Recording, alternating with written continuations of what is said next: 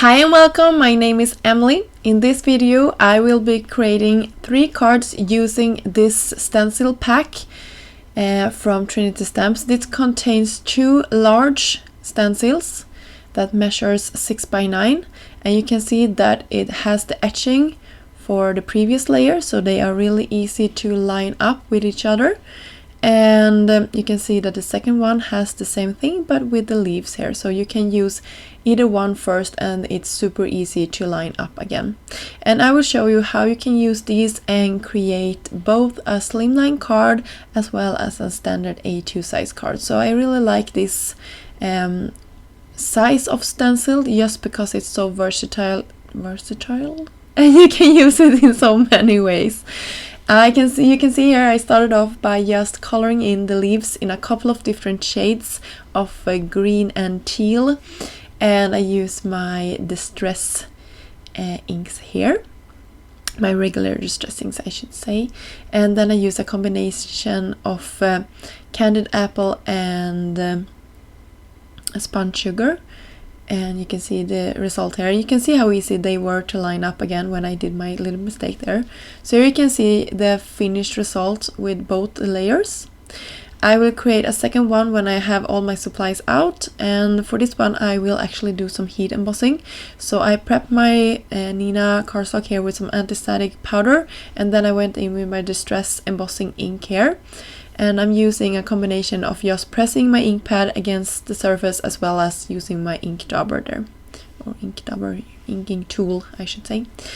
The embossing powder that I'm using is a silver one from Ranger, and I just love the results that this gives. Every time I'm using silver embossing powder I am questioning myself why I don't use it more often, because I always like the results, and you will see it in a second here. After I had heat set that and let it cool down for just a second, I went in with the second stencil here and matching it up with the previous layer, and I used ink from Lawn Fawn this time. I believe it's raspberry, so it's a really intense pink ink against the silver, so you can see how beautiful that is.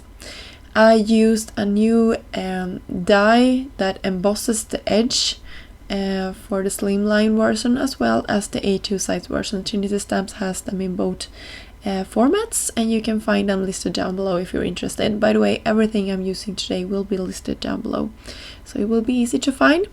I just gold splattered this one a little bit after I had cut it down, and for my sentiment I will create for my first card here just a simple sending love, also from one of the new die set. I will also leave a link down below for that one, of course. I used some silver glitter cardstock and cut it out and adhered it down. I actually had used some double-sided tape on the back just to make it easy to press this down on top of the vellum. And I love dimensions, so I will actually take my time and fussy cut out some small foam adhesive and put on the back and hiding it behind my letters there, so you cannot see it on the front of the card. I don't think you can see the adhesive, and that is how everything looked. So for my second card here I decided to use a new font from Trinity Stamps that will also be listed down below. I just love saying that. And I used a trick here where I'm using some like post-it tape. I had previously used this to mask off on another card, and I'm just putting adhesive to the top of the letters, and then I will press it down. You can see I didn't do this perfectly, but it's okay, it's a handmade card. If you wanted this to be perfectly straight across your panel you could use a T-ruler, but I thought this looked good enough, and I will also use some embellishment later on, so I don't think you will be too bothered that my second word is a little bit higher up than the previous one. So you can see here I'm using some black embellishments also from Trinity Stamps. So here is my last card for today. I used some embellishment mousse from Nuvo. I used a couple of different shades. I used one that is called Peony Pink, as well as my absolute favorite that I will be using for the leaves, that is called Mother of Pearl, and it's just this beautiful champagne looking color, absolutely amazing.